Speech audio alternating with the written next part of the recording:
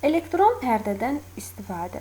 Elektron pərdədən istifadə etmək üçün daxil oluruq alətlər menüsuna, elektron pərdə əmrini sıxırıq və bu zaman bizim səhifəmiz pərdənin arxasında gizlənir. Mən bu pərdəni 4 istiqamətdə yuxarı, aşağı, sağa, sola çəkməklə aça bilərəm. Məsələn, aşağı doğru tutub çəkdim, pərdəni aşağı doğru yavaş-yavaş çəkə bilərəm. Eyni zamanda aşağıdan yuxarı doğru, sağa doğru və sola doğru çəkib yerləşdirə bilərəm.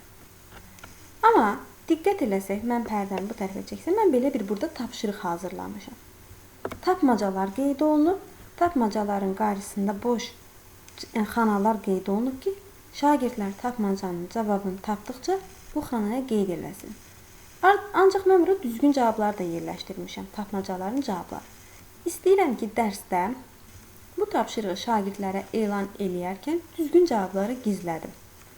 Bu zaman mən elektron pərdəni çəkib bu cavabı gizlədirəm. Gizlətdikdən sonra şagird tapmacanı oxuyur, cavabını bura qeyd edir. Məsələn, ağzını açar, zəhər saçar, hamı görür, geri qaçar. Karandaş aləti ilə istifadə eləyərək şagird düzgün cavabı xanaya qeyd edir.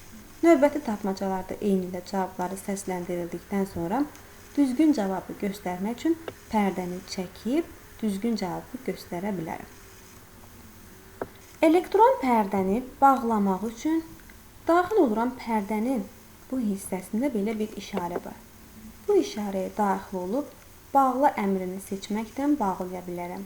Eyni zamanda hardan çağırmışdımsa, ya alətlər menüsündən, ya da ki, menü sətrindəki alətlər menüsündən daxil olub elektron pərdə əmrini sıxmaqla pərdəni bağlaya bilərəm.